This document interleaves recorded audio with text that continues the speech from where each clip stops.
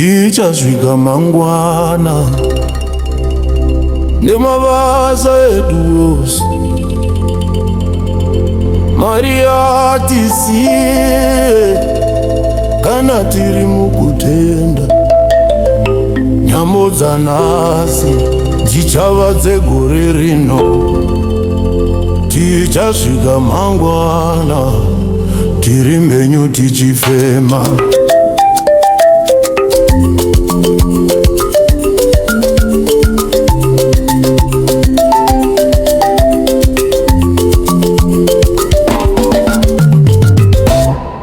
Zuva rabuda tave kukwira gomo refu, mabacha karembera nhasi hatisi kuzorora. Kushanda ndiko upenyu, kuzara kwacho imhepo. Tinokanda mbeu tichivimba kuti tichakohwa. Vana vekwedu musateri mariri kumusoro, chiedza chiri kutevera ndichiri kuona nemaziso.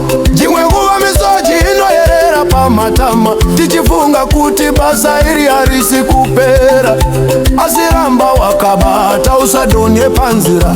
Chakakosha ndechekuti ramba uchiedza. Mushure meri makuru kunoya kunyara. Mweya wangu unoti simuka, enda kumberi. Tichasvika mangwana nemabasa edu ose.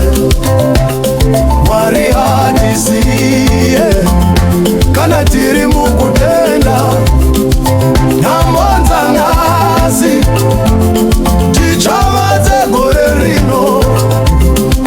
Tichasvika mangwana tiri penyu tichifema.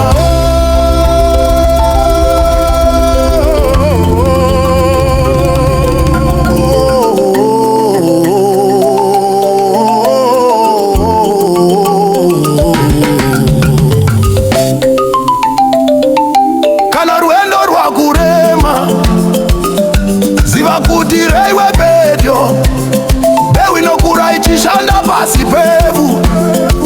Hatifanire kupererwa nekuti tiri pamwe chete.